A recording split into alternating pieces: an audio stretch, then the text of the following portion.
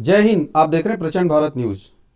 पिछले दिनों एक बड़ी दुर्भाग्यपूर्ण घटना हुई प्रयागराज में, जिससे कि पूरा प्रयागराज दुखी था और स्तब्ध था।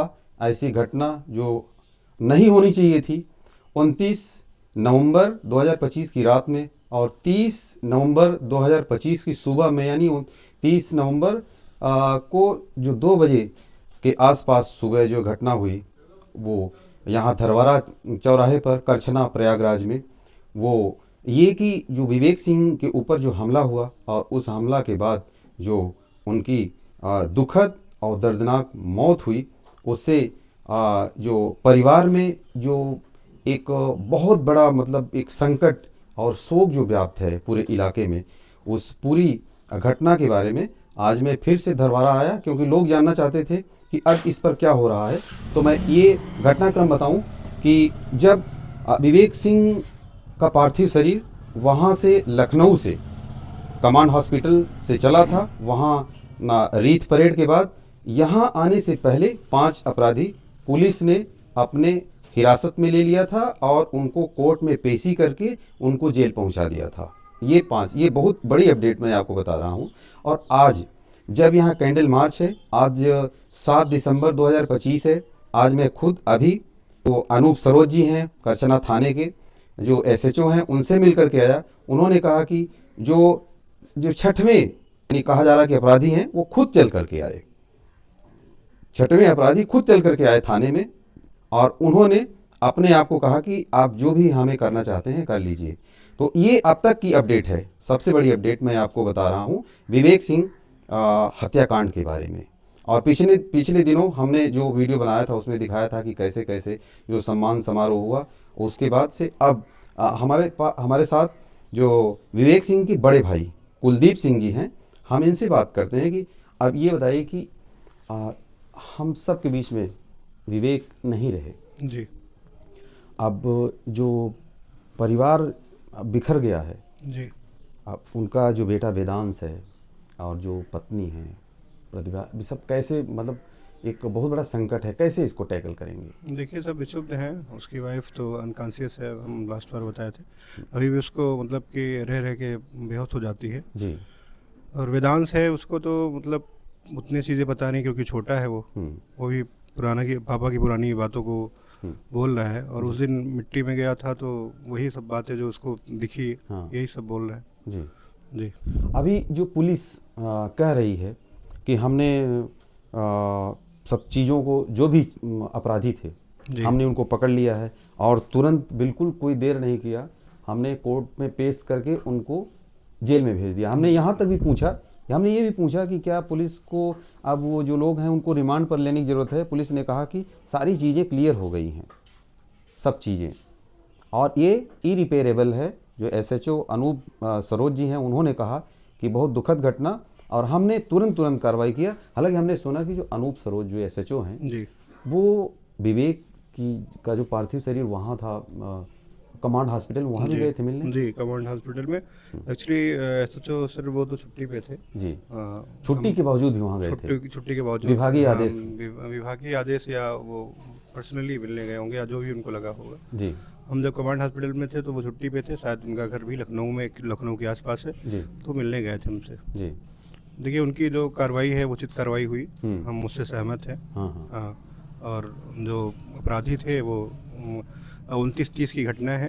और 1 दिसंबर को एफआईआर होता है और वो सेम डे अपराधी पकड़े जाते हैं और रात के 11 बजे कोर्ट के आदेश पे वो चालान हो जाता है उनका, वो सेंट्रल जेल चले जाते हैं।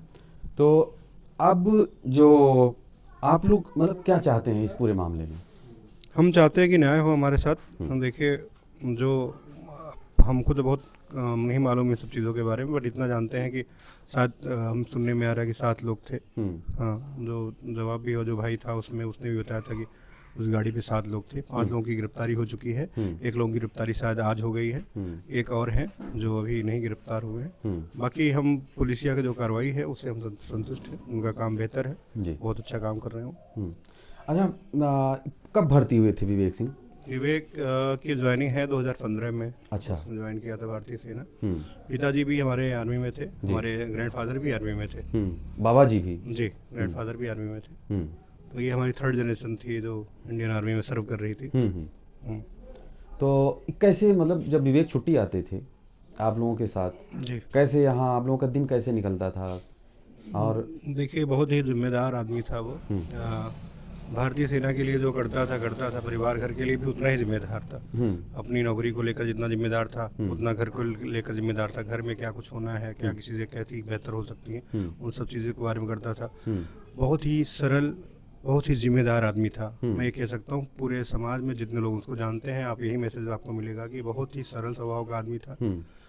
और जो हमेशा सही चीज़ों को बोलता था, उसके अंदर कुछ बिल्कुल सरल आदमी था। आप कुछ भी अगर उसके पास मतलब कि एक भी रुपए अगर आप बोलोगे कि कोई 1 रुपया है आपके पास, वो बताएगा हाँ 1 रुपया है मेरे पास। मतलब बहुत ही सरल आदमी था और बहुत ही जिम्मेदार आदमी था। चाहे अपने नौकरी की जिम्मेदारी को लेकर हो, चाहे अपने घर की जिम्मेदारी को लेकर हो, बहुत ही जिम्मेदार आदमी था वो।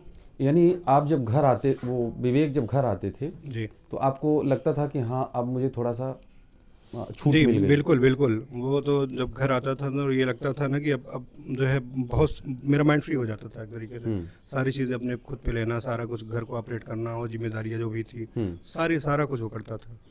बहुत जिम्मेदार आदमी था। अब जो है, अब क्योंकि अब इस इतनी दुखद घटना के बाद जी जो माता जी हैं और उन विवेक का बच्चा और जो पत्नी है जी और ये पूरा परिवार है, अब पहले 2 थे आप लोग, अब 1 हो गए, तो जी। कितनी बड़ी जिम्मेदारी आप समझते हैं पूरा? अब ये मान चलिए कि 6 दिन हुए हैं। हाँ। और 6 दिन में मतलब जो हमने महसूस किया है वो इमोशन आपको शायद ना शब्दों में बयान नहीं कर सकते। जी। कि ये जान के चलिए कि मतलब एटलीस्ट मेरा जो है वो सब कुछ था और वो सब कुछ चला गया मेरा। अब हम शून्य पहुंच चुके हैं और दीवार, घर, सब वही, उसकी कमी हर तरफ दिखाई दे रही है। क्योंकि आदमी अभी क्या है कि जो जो क्रियाकर्म में उसमें आदमी बिजी रहता है, जी। ये कमी और फ्यूचर में हमें और खलेगी। और खलेगी, ये चीज़ें हैं। तो ये जोड़ी जो है आप लोगों की, जो राम लक्ष्मण की तरह, हमने सुना है जी जी, कह कि सकते हैं। आपके परिवार के लोग, हम जिससे भी बात करते हैं कि बड़ा सज्जन और बहुत प्यारा बहुत परिवार बहुत था, बहुत प्यारा। फलता फूलता। जी जी जी सिर्फ आपके पिताजी ने पूरी गृहस्थी को हमने सुना कि ऐसे सजाया था कि जी। अब सिर्फ कुछ मतलब आपको ज़्यादा करने की जरूरत नहीं, नहीं, सिर्फ उसी को आगे बढ़ाने की उसी जरूरत को थी। आगे बढ़ाने की जरूरत थी। वो सही लाइनअप में थी, चीज़ें सही जा रही थी, हाँ। सब कुछ अच्छा चल रहा था। फिर उसके बाद ये चीज़ हो गई। अब एक संकट और होगा कि जो विवेक का जो बच्चा पढ़ता था वहाँ, जी उसके लिए थोड़ा सा कैसे करेंगे उसको? देखिए, भारतीय सेना ने हमारी बहुत मदद की। जी। हमारी बात उनसे लगातार चल रही है जी। और उसकी पढ़ाई को लेकर भी बात चल रही है। हम तो चाहते हैं कि जो कुछ मदद हो सके उत्तर प्रदेश सरकार या जो भी मदद करना चाहे उसकी एजुकेशन के लिए करें। हमने लास्ट टाइम भी कहा था, फिर कह रहा हूँ कि बच्चा तो अभी LKG में था, पढ़ना शुरू किया था, तो ये चीज़ें डिस्टर्ब होंगी। क्योंकि वो जब पैदा हुआ और दिल्ली में रह रहा था तो वहाँ का जो कल्चर था, उसके बाद फिर ये चीज़ें यहाँ पर आना और उसमें बड़ा गैप हो जाएगा। तो हम उसको फिर से उसको सेम स्कूल में कंटिन्यू कराना चाहेंगे। मेरी भी तैयारी है कि हमारी वहाँ नहीं रख पाएंगे तो इलाहाबाद के लिए है। हाँ जी जी। तो ये थे विवेक सिंह के भाई कुलदीप सिंह जी, और हमने आपसे बात की। और आप सभी क्या सोचते हैं, क्योंकि बहुत सारे लोगों का कमेंट आ रहा था कि आपने जब इतना सब कवरेज किया है इस पर, तो और क्या क्या हो रहा है वो अपडेट आप ज़रूर हमें बताइए। तो हमने ये पूरी जानकारी आपको देने की कोशिश की, हम बताने की कोशिश किए। आपका बहुत बहुत धन्यवाद। इस दुख की घड़ी में हम सभी, ये पूरा क्षेत्र आपके साथ है। जी जी, समाज का जी बड़ा सपोर्ट है। जी हमें जो है हर जितने भी लोग जान रहे हैं, घर पे तो आ रहे हैं, हर तबके के लोग। जी बहुत समाज का तो हम जितना धन्यवाद करें कम है। जी हर तरीके के लोगों ने हमें सपोर्ट किया है। हम सबका तहे दिल से धन्यवाद करते हैं सपोर्ट के लिए। जी। तो आप सभी भी कमेंट करके अपनी राय जरूर दीजिएगा। जय हिंद।